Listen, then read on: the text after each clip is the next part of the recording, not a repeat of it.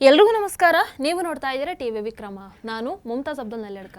ವೀಕ್ಷಕರೇ, ನಮ್ಮ ಪಶ್ಚಿಮ ಬಂಗಾಳದ ಮುಖ್ಯಮಂತ್ರಿ ಮಮತಾ ಬ್ಯಾನರ್ಜಿ ಅವರಿಗೆ ಎಲೆಕ್ಷನ್ ಹತ್ರ ಬಂದಾಗ ಯಾವಾಗಲೂ ಏನಾದರೂ ಒಂದು ಆರೋಗ್ಯ ಸಮಸ್ಯೆ ಕಾಣಿಸ್ಕೊಳ್ಳುತ್ತೆ. ಒಮ್ಮೆ ತಲೆಗೆ ಪೆಟ್ಟು, ಒಮ್ಮೆ ಕಾಲಿಗೆ ಪೆಟ್ಟು, ಹೀಗೆ ಏನೋ ಒಂದು ಆಗ್ತಾ ಇರುತ್ತೆ. ಅದೇ ರೀತಿಯಲ್ಲಿ ಟ್ರಂಪ್ ಅವರು ಕೂಡ ಅವರಿಗೂ ಅಷ್ಟೇ ಎಲೆಕ್ಷನ್ ಹತ್ರ ಬರ್ತಾ ಇದ್ದ ಹಾಗೆ ಅವರ ಮೇಲೆ ಅಟ್ಯಾಕ್ಗಳು ಜಾಸ್ತಿ ಆಗ್ತಾ ಇರುತ್ತೆ. ಬಟ್ ಈ ಬಾರಿ ಆಗಿರುವಂಥ ಅಟ್ಯಾಕ್ ಇದು ನಿಜಕ್ಕೂ ಆಯ್ತಾ ಅಥವಾ ಉದ್ದೇಶಪೂರ್ವಕವಾಗಿ ಮಾಡಿಸಲಾಯ್ತಾ? ಅಂಡ್ ಇದರ ಮಧ್ಯದಲ್ಲಿ ಮೋದಿಜಿಯವರ ಮೇಲೆ ಇಂತಹ ದಾಳಿಗಳು ಆಗಬೇಕನ್ನುವಂತಹ ಕಾಂಗ್ರೆಸ್ ನಾಯಕನ ಮಾತಿನ ಹಿಂದಿನ ಉದ್ದೇಶ ಏನು? ಇವೆಲ್ಲವನ್ನ ಇವತ್ತಿನ ಸ್ಪಾಟ್ಲೈಟ್ ಕಾರ್ಯಕ್ರಮದಲ್ಲಿ ನಾವು ನೋಡ್ತಾ ಹೋಗೋಣ. ವೀಕ್ಷಕರೇ, ಡೊನಾಲ್ಡ್ ಟ್ರಂಪ್ ಮೇಲೆ ಮತ್ತೆ ದಾಳಿ ನಡೆದಿರುವಂತಹ ವಿಚಾರ ಅಫ್ಕೋರ್ಸ್ ನಿಮಗೆಲ್ಲರೂ ಕೂಡ ಗೊತ್ತೇ ಇದೆ. ಈ ಒಂದು ಘಟನೆಯ ನಂತರ ಟ್ರಂಪ್ ಹಾಗೆ ಅಮೆರಿಕದ ರಾಜಕೀಯ ಮತ್ತೆ ಒಂದಷ್ಟು ಪ್ರಶ್ನೆಗಳ ಸುತ್ತಾ ಇದೆ. ಅಮೆರಿಕದ ಏಜೆನ್ಸಿಗಳಂತೂ ಈಗ ಈ ದಾಳಿಗೂ ಇರಾನ್ಗೂ ಏನಾದರೂ ಸಂಪರ್ಕ ಇತ್ತಾ ಅನ್ನೋದ್ರ ಬಗ್ಗೆ ಪತ್ತೆಯನ್ನು ಹಚ್ಚುತ್ತಾ ಇದೆ. ಆದರೆ ಇಲ್ಲಿ ಒಂದು ಪ್ರಮುಖ ವಿಚಾರ ನಾವು ಕೂಡ ಗಮನಿಸಬೇಕಾಗಿರುವಂಥದ್ದು, ಈ ಒಂದು ವಾಷಿಂಗ್ಟನ್ ಡಿ ಸಿಯಲ್ಲಿ white house correspondence dinner arrange ಮಾಡಿರ್ತಾರೆ. ಆ ಇವೆಂಟ್ ವೇದಿಕೆಯಲ್ಲಿ ಅಮೆರಿಕದ ರಾಜಕೀಯ ದಿಗ್ಗಜರು ಉಪಸ್ಥಿತರಿರ್ತಾರೆ. ಸೀಕ್ರೆಟ್ ಸರ್ವಿಸ್ನ 5 ಲೇಯರ್ ಭದ್ರತಾ ವ್ಯವಸ್ಥೆ ಕೂಡ ಜಾರಿಯಲ್ಲಿರುತ್ತೆ. ಅಡ್ವಾನ್ಸ್ಡ್ ಫೇಸ್ ರೆಕಗ್ನಿಷನ್ ಆಗಿರ್ಬೋದು, ಸ್ನೈಪರ್ ಯೂನಿಟ್ಸ್ ಆಗಿರ್ಬೋದು, ಎಲ್ಲರೂ ಕೂಡ ಪಿನ್ ಟು ಪಿನ್ ಕಣ್ಣನ್ನ ಇಟ್ಟಿರ್ತಾರೆ. ಅಷ್ಟೆಲ್ಲ ಇದ್ದ ಮೇಲೂ ಇವೆಂಟ್ ನಡೆಯೋ ಸಂದರ್ಭದಲ್ಲಿ ಏಕಾಏಕಿ ಆತ ಒಳಗೆ ಬಂದಿದ್ದು ಹೆಂಗೆ? ಅಂತ ಒಂದು ಖುಷಿಯ ಇವೆಂಟ್ ಭಯಕ್ಕೆ ಟರ್ನ್ ಆಗುತ್ತೆ ಅಫ್ಕೋರ್ಸ್. ಬಟ್ ಅದು ಹೇಗೆ, ಅದಕ್ಕೆ ಅವಕಾಶ ಹೆಂಗೆ ಸಿಕ್ತು? ಸೀಕ್ರೆಟ್ ಸರ್ವಿಸ್ ಏಜೆಂಟ್ಸ್ ತಕ್ಷಣ ಟ್ರಂಪ್ ಅವರನ್ನ ಸೇಫ್ ಆಗಿ ಸುರಕ್ಷಿತ ಪ್ರದೇಶಕ್ಕೆ ಕರ್ಕೊಂಡು ಹೋಗ್ತಾರೆ. ಈಗ ಆ ದಾಳಿಕೋರನ ಗುರುತು ಥಾಮಸ್ ಅಲೆನ್ ಅಂತ ಗೊತ್ತಾಗ್ಬಿಟ್ಟಿದೆ. ಆತ ಕ್ಯಾಲಿಫೋರ್ನಿಯಾದ ನಿವಾಸಿಯಂತೆ. ವೀಕ್ಷಕರು, ಈ ದಾಳಿಗೆ ಸಂಬಂಧಪಟ್ಟಂತಹ ಬಹಳಷ್ಟು ವಿಡಿಯೋಗಳನ್ನು ನೀವು ಈಗಾಗಲೇ ಸೋಷಿಯಲ್ ಮೀಡಿಯಾಗಳಲ್ಲಿ ನೋಡಿರ್ತೀರಾ. JD ವ್ಯಾನ್ಸ್ ಅವರನ್ನ ಸೆಕ್ಯೂರಿಟಿ ಟೀಮ್ ಕುರ್ಚಿಯಿಂದ ಹೆಂಗೆ ಎಳ್ಕೊಂಡು ಹೋದ್ರು, ಇಂತಹ ಒಂದಷ್ಟು ವಿಡಿಯೋಗಳು ಈಗ ಸೋಷಿಯಲ್ ಮೀಡಿಯಾದಲ್ಲಿ ವೈರಲ್ ಅಂತೂ ಆಗ್ತಾ ಇದೆ. ಪೊಲೀಸರ ಪ್ರಕಾರ ಈ ವ್ಯಕ್ತಿ ಶಾರ್ಟ್ ಗನ್, ಹ್ಯಾಂಡ್ ಗನ್, ಆಮೇಲೆ ಒಂದಷ್ಟು ಚಾಕುಗಳ ಸಮೇತವಾಗಿ ಬಂದಿದ್ದಂತೆ. ಆತ ಭದ್ರತಾ ವಲಯವನ್ನ ಒಡೆದಂದ್ರೆ ಒಂದು ಸೆಕ್ಯೂರಿಟಿಯನ್ನ ಭೇದಿಸಿ ಒಳಗೆ ನುಗ್ಗೋದಕ್ಕಿಂತ ಪ್ರಯತ್ನವನ್ನ ಪಡುವಂತಹ ಸಂದರ್ಭದಲ್ಲಿ ಸೀಕ್ರೆಟ್ ಸರ್ವಿಸ್ ಏಜೆಂಟ್ಸ್ ಮೇಲೆ ಗುಂಡನ್ನು ಹಾರಿಸ್ತಾನೆ. ಅಂಡ್ ಆ ಗುಂಡಿನ ಚಕಮಕಿಯಲ್ಲಿ ಒಬ್ಬ ಏಜೆಂಟ್ಗೆ ಕೂಡ ಗುಂಡು ತಗುಲಿದೆ. ಬಟ್ ಬುಲೆಟ್ ಪ್ರೂಫ್ ಜಾಕೆಟ್ ಹಾಕಿದ್ರಿಂದ ಆತನ ಜೀವ ಉಳ್ಕೊಂಡಿದೆ. ಇಲ್ಲಿ ನ್ಯೂಯಾರ್ಕ್ ಪೋಸ್ಟ್ ವರದಿಯ ಪ್ರಕಾರ ಈ ಆರೋಪಿ ಎಂಟ್ರಿ ಗೇಟ್ ಹತ್ರದ ಒಂದು ತಾತ್ಕಾಲಿಕ ರೂಮ್ ಇತ್ತಂತೆ, ಅಲ್ಲಿಂದ ಬಂದಿದ್ದಾನೆ ಅಂತ ಹೇಳಲಾಗ್ತಾ ಇದೆ. ಅಂಡ್ ಅಲ್ಲಿ ಆಕ್ಚುಲಿ ಭದ್ರತೆ ಇರಲಿಲ್ಲ.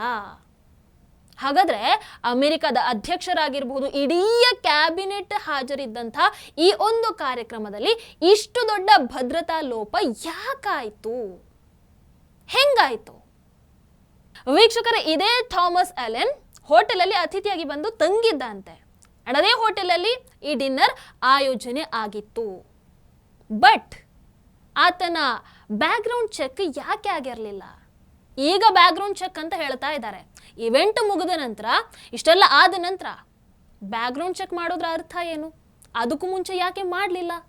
ಅಷ್ಟು ದೊಡ್ಡ ಈವೆಂಟ್ ಅಂತಂದ ಮೇಲೆ ಆ ಹೋಟೆಲಲ್ಲಿ ತಂಗಿದಂಥ ಎಲ್ಲ ಗೆಸ್ಟ್ಗಳ ಬಗ್ಗೆ ಪೂರ್ಣ ಮಾಹಿತಿಯನ್ನು ಪಡ್ಕೊಂಡು ಅವರ ಬ್ಯಾಕ್ಗ್ರೌಂಡ್ ಚೆಕ್ ಮಾಡಬೇಕಿತ್ತಲ್ವಾ? ಬಟ್ ಯಾಕೆ ಆಗಲಿಲ್ಲ?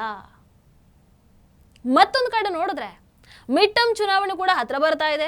ಅಮೆರಿಕದಲ್ಲಿ ದೊಡ್ಡ ಚುನಾವಣೆ ಬಂತು ಅಂತಂದ್ರೆ ಟ್ರಂಪ್ ಮೇಲೆ ದಾಳಿ ಆಗೋದು ಸಾಮಾನ್ಯ ಆಗಿಬಿಟ್ಟಿದೆ.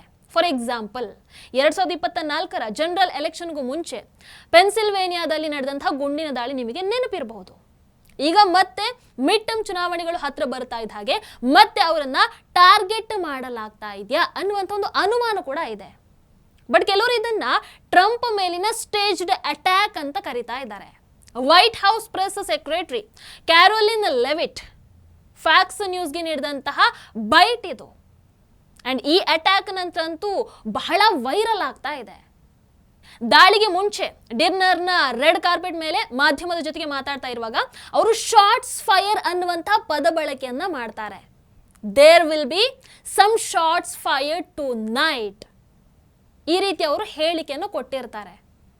ಅದನ್ನು ರಾಜಕೀಯ ಭಾಷೆಯಲ್ಲಿ ನೋಡಿದ್ರೆ ಅಂದ್ರೆ ಒಂದು ಮೆಟಾಫರ್ ತರ, ಅಂದ್ರೆ ಇವತ್ತು ತೀವ್ರವಾದಂತಹ ಮಾತಿನ ಚಕಮಕಿ ನಡೆಯೋದಿದೆ ಅಥವಾ ವಿರೋಧಿಗಳ ಮೇಲೆ ಕಠಿಣ ಟೀಕೆ ಆಗುತ್ತೆ ಅನ್ನೋ ರೀತಿಯಲ್ಲಿ ಹೇಳಬಹುದು. ಅಫ್ಕೋರ್ಸ್ ಅವರು ಅದೇ ಅರ್ಥದಲ್ಲಿ ಹೇಳಿರ್ತಾರೆ. ಟ್ರಂಪ್ ತಮ್ಮ ಭಾಷಣದಲ್ಲಿ ಇವತ್ತು ಮಾಧ್ಯಮ ಆಗಿರಬಹುದು ವಿರೋಧಿಗಳ ಮೇಲೆ ಇವತ್ತು ಪಕ್ಕ ಅಟ್ಯಾಕ್ ಮಾಡ್ತಾರೆ ಅಂತ ಹೇಳಿಕೆಯನ್ನು ಕೊಟ್ಟಿರ್ತಾರೆ. ಬಟ್ ಈ ಹೇಳಿಕೆ ಕೆಲವು ಸಮಯದ ನಂತರ ನಿಜವಾಗ್ಲೂ ಗುಂಡಿನ ದಾಳಿ ನಡೆಯಿತು. ಹಾಗಾಗಿ ಈಗ ಇದು ಸೋಷಿಯಲ್ ಮೀಡಿಯಾದಲ್ಲಿ ಒಂದಷ್ಟು ಸಂಶಯಗಳಿಗೆ, ಕಾನ್ಸ್ಪಿರಸಿ ಥಿಯರಿಗಳಿಗೆ ಅವಕಾಶವನ್ನು ಮಾಡಿ ಕೊಡ್ತಾ ಇದೆ. ಅಂದ್ರೆ ಟ್ರಂಪ್ ತನ್ನ ಬಗ್ಗೆ ಒಂದು ಕನ್ಸರ್ನ್ ಹುಟ್ಲಿ, ಆ ಮೂಲಕ ಸಹಾನುಭೂತಿಯ ಮತಗಳನ್ನು ಪಡೆಯೋ ಸಲುವಾಗಿ ಈ ದಾಳಿನ ಸ್ವತಃ ಅವರೇ ಯೋಜಿಸಿಕೊಂಡ್ರ? ಪ್ರಶ್ನೆ ಇದೆ. ನಿಮಗೆ ಗೊತ್ತು, ಟ್ರಂಪ್ ಅವರನ್ನ ಸಾಮಾನ್ಯವಾಗಿ ಪಾಲಿಟಿಕ್ಸ್ನ ಶೋ ಮ್ಯಾನ್ ಅಂತಾನೆ ಕರೆಯಲಾಗುತ್ತೆ. ಆ ವ್ಯಕ್ತಿ ಹೇಳೋದು ಒಂದು, ಮಾಡೋದು ಮತ್ತೊಂದು. ನೀವೆಲ್ಲರೂ ನೋಡಿದ್ದೀರಾ. ಅದು ಇರಾನ್ ಇಸ್ರೇಲ್ ಯುದ್ಧದ ಮೇಲಂತೂ ನಿಮಗೆ ಗೊತ್ತೇ ಇರುತ್ತೆ. ಪ್ರತಿ ದಾಳಿಯ ನಂತರ ಹೆಂಗಂತಂದ್ರೆ ಅಮೆರಿಕದ ರಾಜಕೀಯದಲ್ಲಿ ಒಂದು ರೀತಿಯ ಸಹಾನುಭೂತಿಯ ಅಲೆ ಹುಟ್ಟಿಕೊಳ್ತಾ ಇದೆ. ಹಾಗಾಗಿ ಈ ಒಂದು ಘಟನೆಯ ನಂತರ ಪಕ್ಷದ ಒಳಗೆ ಟ್ರಂಪ್ ಹಿಡಿತ ಇನ್ನಷ್ಟು ಬಲ ಆಗಬಹುದು. ರಿಪಬ್ಲಿಕನ್ ನಾಯಕರು ಈ ಘಟನೆಯನ್ನ ಲೋಕತಂತ್ರದ ಮೇಲೆ ದಾಳಿ ಅಂತ ಕೂಡ ಹೇಳಿ ತಮ್ಮ ಬೆಂಬಲಿಗರನ್ನ ಒಗ್ಗೂಡಿಸ್ತಾ ಇದ್ದಾರೆ. ಇದಕ್ಕೂ ಮೊದಲು ರಿಪಬ್ಲಿಕನ್ ಪಕ್ಷದೊಳಗೆ ಟ್ರಂಪ್ ಅವರ ಬಗ್ಗೆ ಒಂದಷ್ಟು ಅಸಮಾಧಾನಗಳು ಇದ್ವು.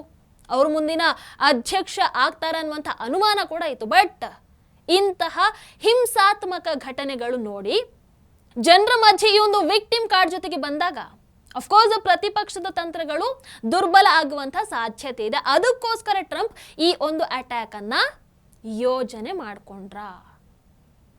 Planned attack. ಆದ್ರೂ ಟ್ರಂಪ್ ಮೇಲೆ ಮತ್ತೆ ಮತ್ತೆ ದಾಳಿಗಳು ಯಾಕೆ ಆಗ್ತಾ ಇವೆ? ಅಲ್ಲೂ ಒಂದಷ್ಟು ಕಾರಣಗಳು ಇರಬಹುದು. ಈಗ ಸದ್ಯಕ್ಕೆ ಅಮೆರಿಕ ಸಂಪೂರ್ಣವಾಗಿ ಎರಡು ಭಾಗ ಆಗಿಬಿಟ್ಟಿದೆ. ಟ್ರಂಪ್ ಅವರ ನೀತಿ ಇಮಿಗ್ರೇಷನ್ ವಿಚಾರದಲ್ಲಿ ಆಗಿರಬಹುದು, ಆರ್ಥಿಕತೆ ವಿಚಾರದಲ್ಲಿ ಆಗಿರಬಹುದು, ಅವರ ಬೆಂಬಲಿಗರಿಗೆ ಅವರು ಎಷ್ಟು ಇಷ್ಟ ಅನ್ನೋ, ವಿರೋಧಿಗಳಲ್ಲೂ ಕೂಡ ಅಷ್ಟೇ ಅಸಮಾಧಾನ ಇದೆ. ರಾಜಕೀಯ ಹೇಳಿಕೆಗಳು ಒಂಥರ ಸಮಾಜದಲ್ಲಿ ದ್ವೇಷದ ವಾತಾವರಣವನ್ನು ಸೃಷ್ಟಿ ಮಾಡುತ್ತೆ. ಸೊ ಇದೇನಾಗುತ್ತೆ, ಸಮಾಜದಲ್ಲಿ ಒಂದಷ್ಟು ಮಂದಿಗೆ ಇದು ಹೀಗೆ ಹೋಗಬೇಕು, ಈ ರೀತಿಯೇ ನಡಿಬೇಕು ಅಂತ ಇರ್ತಾರಲ್ವಾ, ಅವರಿಗೆ ಈ ಒಂದು ಹೆಜ್ಜೆಯನ್ನ ಇಡೋದಕ್ಕೆ ಪ್ರೇರೇಪಣೆಯನ್ನು ಕೂಡ ಕೊಡ್ತಾ ಇರಬಹುದು. ಹಾಗಾಗಿ ಅಂಥವರಿಂದ ಈ ಒಂದು ಅಟ್ಯಾಕ್ ನಡೆದಿರಬಹುದಾ ಅನ್ನುವಂಥ ಒಂದು ಡೌಟ್ ಇದೆ. ಮತ್ತೊಂದು ಕಡೆ ಈ ದಾಳಿಯ ಹಿಂದೆ ಯಾವುದಾದ್ರೂ ದೊಡ್ಡ ಸಂಘಟನೆ ಇದೆಯಾ ಅಥವಾ ಏನಾದರೂ ಸಂಚು ಇದೆಯಾ ಅನ್ನುವಂಥದ್ದನ್ನು ಕೂಡ ಪತ್ತೆ ಹಚ್ಚೋದಕ್ಕೆ FBI ಅದೇ ರೀತಿ ಡಿಪಾರ್ಟ್ಮೆಂಟ್ ಆಫ್ ಜಸ್ಟಿಸ್ ತನಿಖೆಯನ್ನ ನಡೆಸ್ತಾ ಇದೆ. ವೀಕ್ಷಕರೇ, ಇನ್ನೊಂದು ಆಂಗಲ್ ಅಲ್ಲಿ ನೋಡೋದಾದ್ರೆ ಇಲ್ಲಿ ಇರಾನ್ ಕೈವಾಡ ಇರಬಹುದಾ?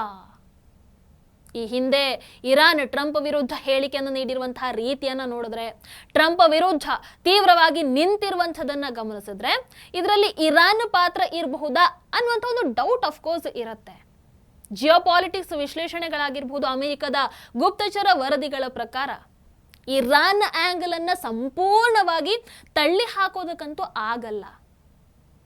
ಮೊದಲು ಇರಾನ್ ಜನರಲ್ ಸುಲೈಮಾನಿ ಹತ್ಯೆಗೆ ಪ್ರತೀಕಾರವನ್ನು ತೀರಿಸ್ಕೊಳ್ತೀವಿ ಅಂತ ಹೇಳಿದ್ರು. 2020ರಲ್ಲಿ ಟ್ರಂಪ್ ಆದೇಶದ ಮೇಲೆ ನಡೆದಂತಹ ಡ್ರೋನ್ ದಾಳಿಯಲ್ಲಿ ಸುಲೈಮಾನಿ ಸಾವನ್ನಪ್ತಾನೆ. ಅದಾದ ನಂತರ ಇರಾನ್ನ ಹಲವಾರು ಅಧಿಕಾರಿಗಳು ಸಾರ್ವಜನಿಕವಾಗಿ ಪ್ರತೀಕಾರದ ಎಚ್ಚರಿಕೆಯನ್ನು ಕೊಡ್ತಾರೆ. ಇರಾನ್ ಅಧಿಕಾರಿಗಳಾಗಿರ್ಬೋದು, ಅಲ್ಲಿನ ಮಾಧ್ಯಮಗಳಾಗಿರ್ಬೋದು ಹಲವಾರು ಬಾರಿ ಟ್ರಂಪ್ ಅನ್ನ ಹತ್ಯೆ ಮಾಡುವಂತಹ ಬೆದರಿಕೆಯನ್ನ ಹಾಕಿದೆ. ಇನ್ನು ಖಮೇನಿ ಹತ್ಯೆ ನಂತರ ಅಂತೂ ಹೇಳೋದೇ ಬೇಡ. ಬಹಳಷ್ಟು ಮಂದಿ ಟ್ರಂಪ್ ಅನ್ನ ಎಲಿಮಿನೇಟ್ ಮಾಡ್ತೀವಿ ಅನ್ನುವಂಥ ನೇರ ಎಚ್ಚರಿಕೆಯನ್ನು ಕೊಟ್ಟಿದ್ದಾರೆ. ಇದರ ಭಾಗವಾಗಿ ಒಂದಷ್ಟು ಸಂಚುಗಳು ಕೂಡ ಬಯಲಾಗಿವೆ. Department of Justice and FBI Iran ಸಂಪರ್ಕ ಹೊಂದಿರುವಂತಹ ಒಂದಷ್ಟು ಯೋಜನೆಗಳನ್ನ ಪತ್ತೆ ಸಮೇತ ಹಚ್ಚಿದೆ. ಇನ್ನು ಇತ್ತೀಚೆಗೆ ಇರಾನ್ ಸಂಪರ್ಕವನ್ನು ಹೊಂದಿದ್ದಾನೆ ಅಂತ ಹೇಳಲಾಗುವಂತಹ ಪಾಕಿಸ್ತಾನದ ಒಬ್ಬ ವ್ಯಕ್ತಿ ಟ್ರಂಪ್ ಹತ್ಯೆಯ ಯೋಜನೆಯನ್ನ ರೂಪಿಸ್ತಾ ಇದ್ದಾಗ ಬಂಧನಕ್ಕೆ ಒಳಗಾದಂತಹ ಪ್ರಕರಣ ಕೂಡ ಬೆಳಕಿಗೆ ಬಂದಿದೆ. ಟ್ರಂಪ್ ಆಡಳಿತದ ಪ್ರಕಾರ ಇರಾನ್ ಬೆಂಬಲಿತ ಅಂಶಗಳು ಅಮೆರಿಕದ ನೆಲದಲ್ಲೇ ಸಕ್ರಿಯವಾಗಿದೆ. ಹೀಗಿರುವಾಗ ಈಗಂತೂ ಅಮೆರಿಕ ಇರಾನ್ ಸಂಬಂಧಗಳು ಮತ್ತಷ್ಟು ಹಾಳಾಗಿರೋದ್ರಿಂದ ಗುಪ್ತಚರ ಸಂಸ್ಥೆಗಳ ಪ್ರಕಾರ ಇರಾನ್ ಅಮೆರಿಕದ ಚುನಾವಣೆಯನ್ನು ಪ್ರಭಾವಿಸೋದಕ್ಕೆ ಪ್ರಯತ್ನವನ್ನ ಮಾಡ್ತಾ ಇದೆ. ಟ್ರಂಪ್ ಅವರ ಮ್ಯಾಕ್ಸಿಮಮ್ ಪ್ರೆಷರ್ ನೀತಿ ಇರಾನ್ ಆರ್ಥಿಕತೆಗೆ ದೊಡ್ಡ ಹೊಡೆತವನ್ನು ಕೊಟ್ಟಿದೆ. ಮತ್ತೆ ಟ್ರಂಪ್ ಬಲವಾಗಿ ಹೊರಹೊಮ್ಮಿದ್ರೆ ಇರಾನ್ನ ಅಣು ಕಾರ್ಯಕ್ರಮ ಆಗಿರಬಹುದು, ಪ್ರಾದೇಶಿಕ ಪ್ರಭಾವದ ಮೇಲೆ ಇನ್ನಷ್ಟು ಕಠಿಣ ನಿರ್ಬಂಧಗಳು ಬರಬಹುದು ಅನ್ನುವಂತಹ ಭಯ ಅವರಿಗೆ ಇರೋದ್ರಿಂದ ಟ್ರಂಪ್ ಅನ್ನ ಅಧಿಕಾರದಿಂದ ದೂರ ಇಡೋದಕ್ಕೆ ಇರಾನ್ ಒಂದು ಸ್ಟ್ರಾಟಜಿಕ್ ಟಾರ್ಗೆಟ್ ಅನ್ನ ಇಟ್ಕೊಂಡಿದೆ. ಹಾಗಾಗಿ ಇರಾನ್ನಿಂದ ಈಗ ಇರುವಂತಹ ಬೆದರಿಕೆಯ ಕಾರಣಕ್ಕೆ ಟ್ರಂಪ್ ಭದ್ರತೆಯನ್ನ ವಾರ್ ಲೆವೆಲ್ಗೆ ಸಮೇತ ಇರಿಸಲಾಗಿದೆ ಅಂತ ಕೂಡ ಹೇಳ್ತಾರೆ. ಟ್ರಂಪ್ ಕೂಡ ಹೇಳಿಕೆಯನ್ನ ಕೊಟ್ಟಿದ್ರು, ಇರಾನ್ ನನ್ನನ್ನ ಕೊಲ್ಲೋದಕ್ಕೆ ಪ್ರಯತ್ನವನ್ನ ಪಟ್ರೆ ನಾನು ಇರಾನ್ ಅನ್ನು ಸಂಪೂರ್ಣವಾಗಿ ನಾಶ ಮಾಡ್ತೀನಿ ಅಂತ. ಇದರ ಅರ್ಥ ಟ್ರಂಪ್ ಮೇಲೆ ನಡೀತಾ ಇರುವಂತಹ ದಾಳಿಗಳನ್ನ ಕೇವಲ ಆಂತರಿಕ ರಾಜಕೀಯದ ದೃಷ್ಟಿಕೋನದಲ್ಲೇ ನೋಡೋದಕ್ಕೆ ಸಾಧ್ಯ ಇಲ್ಲ. ಬಹಳಷ್ಟು ಲಿಂಕ್ ಇರಬಹುದು, ಹೇಳೋದಕ್ಕಾಗಲ್ಲ. ವೀಕ್ಷಕರು, ಇದು ಒಬ್ಬ ವ್ಯಕ್ತಿಯ ಕೃತ್ಯನ ಅಥವಾ ಅನುಕಂಪ ಗಿಟ್ಟಿಸುವಂತಹ ಪ್ಲಾನ್ ಆಗಿತ್ತಾ ಅಥವಾ ಇದರ ಹಿಂದೆ ಬೇರೆ ಯಾರಾದರೂ ಇದ್ದಾರಾ? ಸಾಕ್ಷ್ಯಗಳನ್ನ ವಿಶ್ಲೇಷಿಸಿ ತಿಳ್ಕೊಳ್ಬೇಕಾಗುತ್ತೆ. ಇದರ ಮಧ್ಯದಲ್ಲಿ ನಮ್ಮ ದೇಶದಲ್ಲಿ ನಿಂತ್ಕೊಂಡು ಕಾಂಗ್ರೆಸ್ ನಾಯಕನೊಬ್ಬ ಮೋದಿಜಿಯವರ ಮೇಲೂ ಕೂಡ ಈ ರೀತಿ ದಾಳಿ ಆಗಬೇಕು ಅನ್ನುವಂಥ ಹೇಳಿಕೆಯನ್ನು ಕೊಡ್ತಾ ಇದ್ದಾರೆ. ಅಂದ್ರೆ ಒಂದು ಪಾಲಿಟಿಕ್ಸ್ ಅಲ್ಲಿ ಎಷ್ಟು ಕೆಳಗೆ ಇವರು ಇಳಿದು ಬಿಟ್ಟಿದ್ದಾರೆ ಅನ್ನುವಂಥದ್ದನ್ನು ಯೋಚನೆ ಮಾಡಿ.